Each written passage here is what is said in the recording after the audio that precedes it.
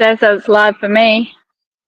Okay, I don't know. It did something funny. So, welcome to the live stream show for Australian women speakers, where we showcase some of the amazing women that are available to speak. And we're also trying to shift the dial from 30% women speakers to 50%. But I'm really, really excited today because I love women in non-traditional roles. And we've got Stephy Gee today, who is amazing. And when I was emceeing Empowered Women in Trades Awards, she won. So welcome, Stephy. Oh, thank you so much for having me. I am absolutely stoked to be here and to, I guess I didn't speak to you because I wasn't at the awards that night, but I did send a video over. But no, look, Jules, it's finally nice to actually, meet you, I guess, not in the flesh, but in the Yeah. screen, I guess. I'm very excited to hear your story. So let's start with, what do you talk about and why, and when you're on stages? What do I talk about and why? So I'm not going to lie, it's pretty chaotic. If I have a PowerPoint, it's normally just full of pictures to prompt me to remember to speak about what I am actually there to speak about. So I guess I don't think you're alone with that. Absolutely not, but it depends on the audience. So I speak to everybody from kindergartners, and last week I was actually invited to the University of Tasmania to be on an industry panel speaking about Fantastic. the vocational. So I deal and speak with a huge audience, and I try and make it as relatable as possible. So with the little kids, I don't bamboozle them with anything technical.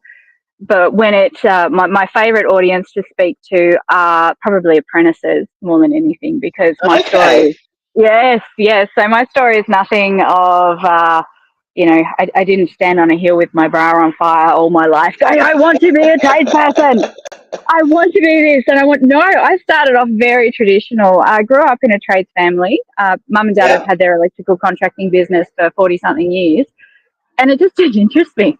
At any point in the last 25 years, I could have done my apprenticeship with Dad if I'd nagged him enough. So I did always have that opportunity. And he did 30 years ago have apprentices who were female that I remember speaking to when I was my daughter's age. So she's turning 9.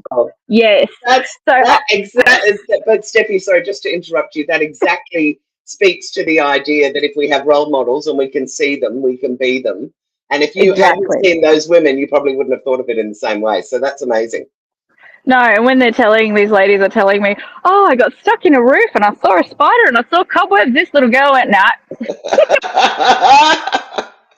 That's not for me. Hats off to them. I didn't realize how much of an impact it was, and what I actually saw, it normalized females in non-traditional trades. And so until, I guess I was naive, I had a really supportive upbringing. My parents supported me doing whatever I wanted, which ended up being very secretarial, very office-based. I had this career trajectory of the C-suite. I wanted that C-suite title with that corner office with the big window and everything, and that was how it happened. But, life changes. Clearly, I'm now a qualified electrician.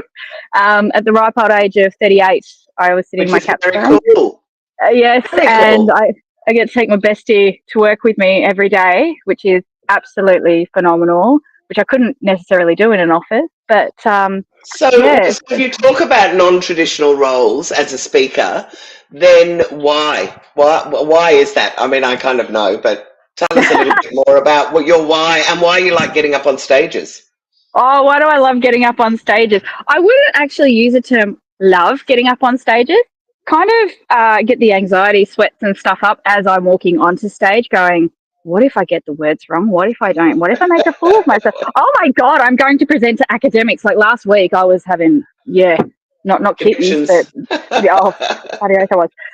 So love of it, more the adrenaline, because I think we get anxiety, the anxiety sort of thing for me can manifest in excitement, and I like getting excited and animated on stage. But the why I do it is to actually show people that you can have this career flip.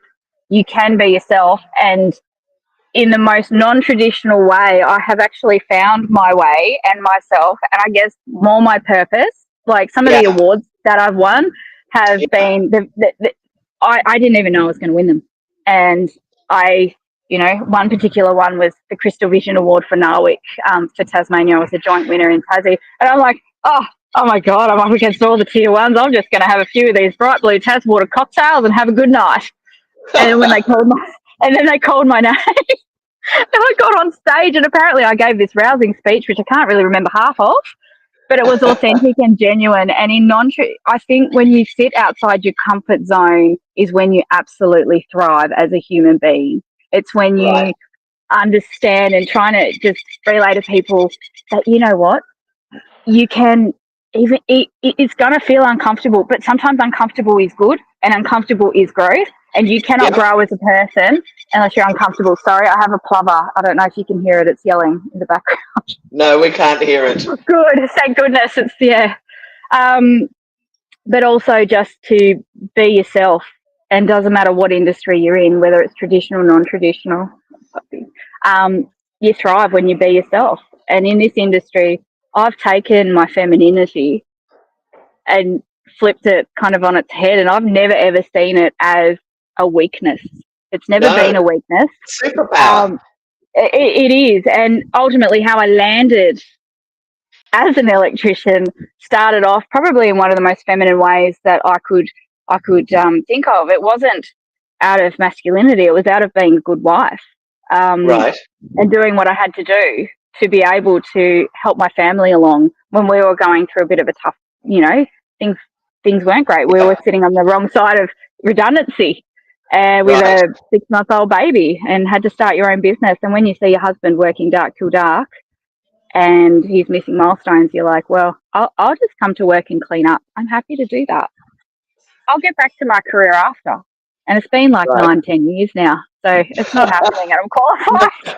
And you clearly made a new career about it. Okay, so this is about your speaking particularly. You said that you really love speaking to apprentices.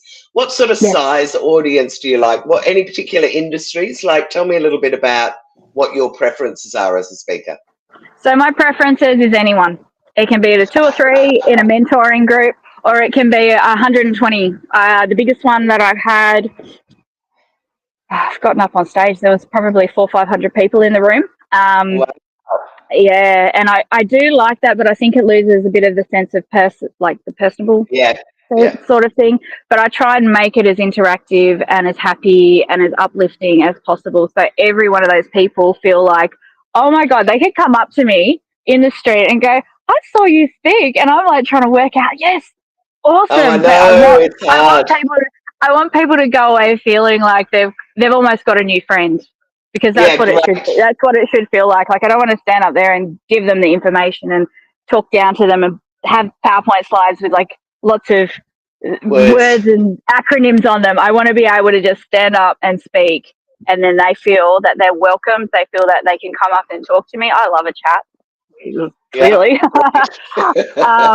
I just like to make people feel welcome, feel included, and understand that we're all human. We're not perfect. Even if you've got your C-suite title, there are aspects that make life, and that is 100% normal. And leaders are anywhere in the hierarchy of a business. Yeah, very true. So how do you get your gigs then, Steph? What do you do? Word of mouth, normally. Right, okay. That works for a lot of people, but I wondered if you were reaching out to councils or organisations as well to just say, if you want a speaker, I'm available. Yes. So a lot of the apprenticeship centres now know that I do speaking. My LinkedIn profile's got it front and centre there. I'm listed on the Australian Women Speakers platform as well, so you'll be able to find me there.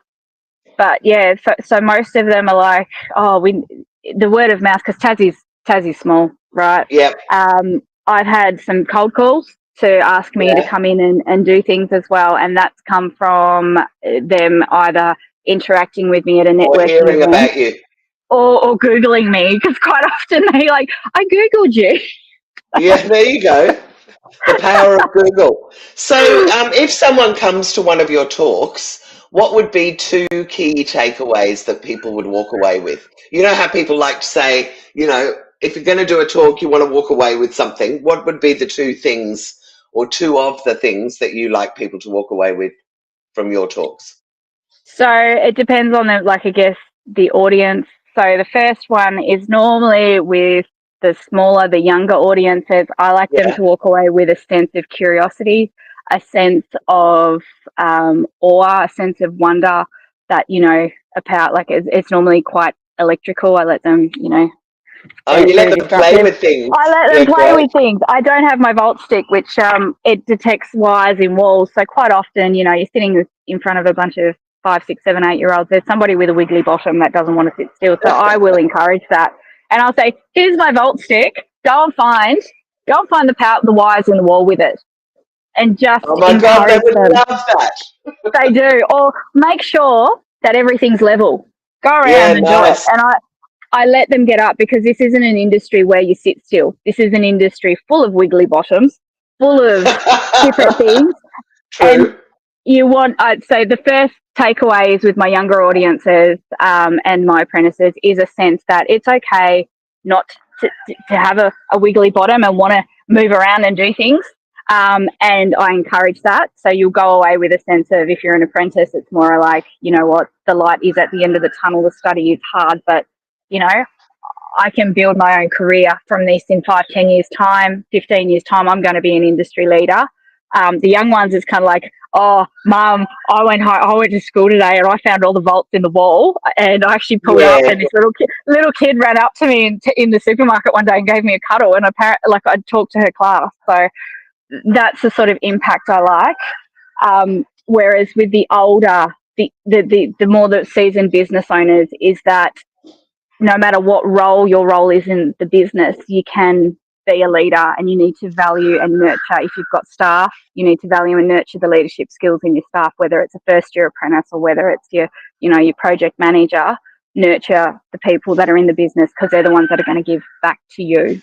Yeah, love that. And what about, do you put a gender lens on it? Are you trying specifically to try and get more girls into the industry, knowing how small the percentages are and how badly they need more women? Yes and no. It's more about flipping the idea of, like, I think I should. So the culture, the historical and the traditional norms, it's about confronting them in a non-abrasive way and Okay. making people kind of go, you know what, I think I would like to try it. Because I think with women in trades especially, it can cause almost a separation within the Yeah. industry. And a lot of people, once they get there, they're like, it's it's my identity. I'm an electrician. It's like, well, no, ultimately at the end of the day, it's a job. You get your Yeah. bread, right? True. You get your money True. in. You are a mother. You are a wife. You are a friend. You are a daughter. You just So much happen to more than have a your job. trade. You're just Yeah. so much more than your job. And no matter what industry you pick up in, you need to be able to understand that it is part of who you are, and to use that part to better whatever it is that you're doing, and to bring out the best in the people around you. Yeah, I love that. And I think, apart from anything else, you're leading by example by being Yeah. a woman running a trade company, and then speaking. You know, you're halfway there already. So, can you tell me of any particular talks you've done that have been quite memorable? Have you had any experiences? I can imagine with little kids, you must have some great ones. So tell us all. I think I've shared some of them. One of them was, the wiggly bottoms and passing out the tools and stuff. So the safe tools, not the sharp tools. Yeah. And fostering and feeding that curiosity that they have. But more so, the ones that saw me outside of school, and this is what I want the grown-ups to feel like. She came up and gave me a huge hug, and her mother was mortified. She's like, who is this woman that my daughter is cuddling in the middle of the supermarket? And I'm like, hey, how you going? And she's like, Mum, this is what it was. And I think I want the grown-ups to be able to do that too. Yeah. I've lost point of the question. Sorry, I've Oh, gone yeah. off No, on it. you were Oh, telling me. Yes. memorable. So tell me some stories. Yes, and then the other one was when I got up on stage to do the speech for accepting the award, the big the Tasmanian award, and I got up on stage and I just let rip. I just basically said that,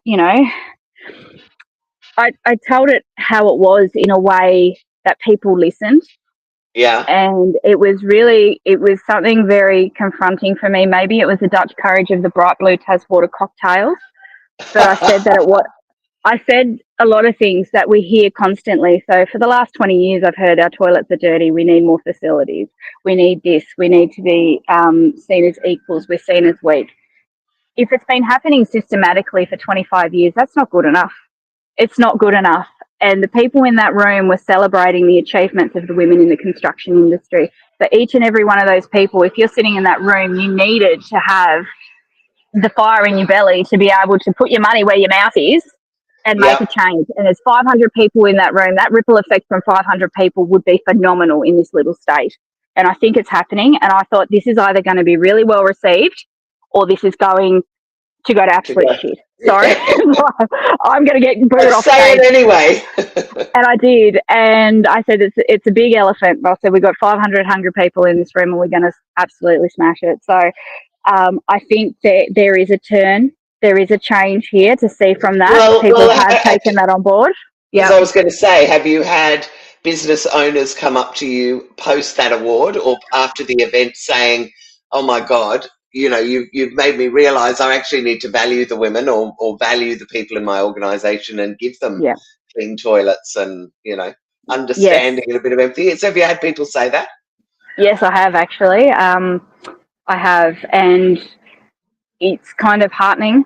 I did get a very big, I guess, I think I can't really remember if people stood up and clapped, but it was a really good feeling. I got a big rousing applause for that, and even my husband was just like, that was really full on, but good on you.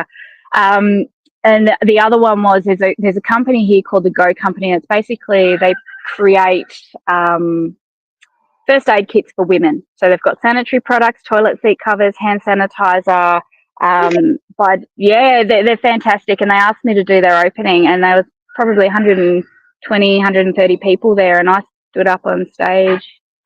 I hope we've got mostly women watching this, but I stood up on stage and told a story of a surprise period that I got while I was rewiring a house in the roof in front of 120 people, and the groans were audible. And I thought, women would have related. Oh yeah, and I've got 7 men downstairs working. I'm upstairs in this sweltering hot summer day roof, and this has happened. And these are things that women have to deal with, and it is so different. It is such a different thing. But to be able to, like, they're like, oh, I didn't realize it's that bad. It's like, because we're not embarrassed to tell you, but we don't want to make you uncomfortable. But you need to be able to provide the facilities that if these things happen, we don't have to go home. Yeah. And then you lose half a day. Have the facilities available, and they're actually a phenomenal company, and they're doing great things. So I spoke at their awards. So that was very memorable, because not only my daughter was actually there as well, because being a mum, sometimes childcare can be a bit tricky to find. And there were senators, there were politicians, there were business owners. Most of them were male business owners, tradies. Oh my God, Stephy, that is brilliant that you said that story, because that is exactly the point.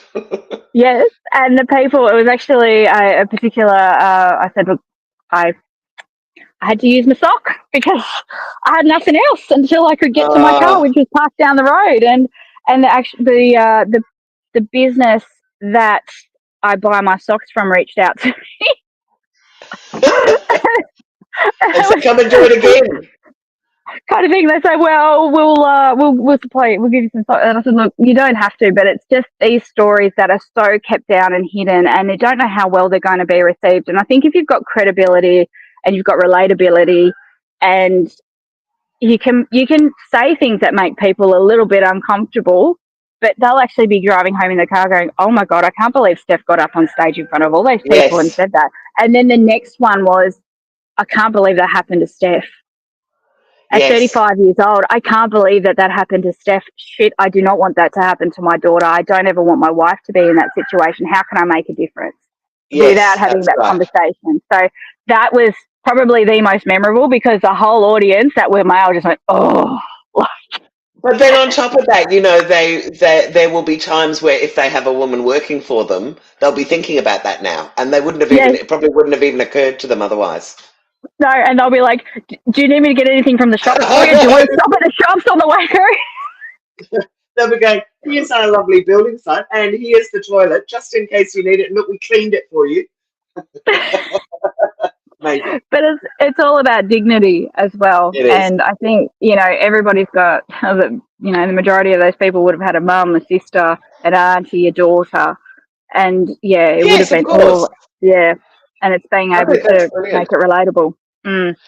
Amazing. Oh my God, you are, yes, but I hope there are people that will bring you up from Tassie to do some talks for their organisations now as well, particularly anyone in the trades. So thank you for what it is that you do. Can you just tell us, other than, I know you're on womenspeakers.com.au, do you have a website, or how can people find you otherwise if they want to book No, you? I think I've had this conversation with you before. I am actively on tools still 5 days a week in my business. So Right. I book these speaking gigs like jobs. So it's Australian Women Speakers. If you Google me, you'll be able to find me. But I also have my Instagram page, which is pretty much it, because technology and myself don't really, we mix, but not well.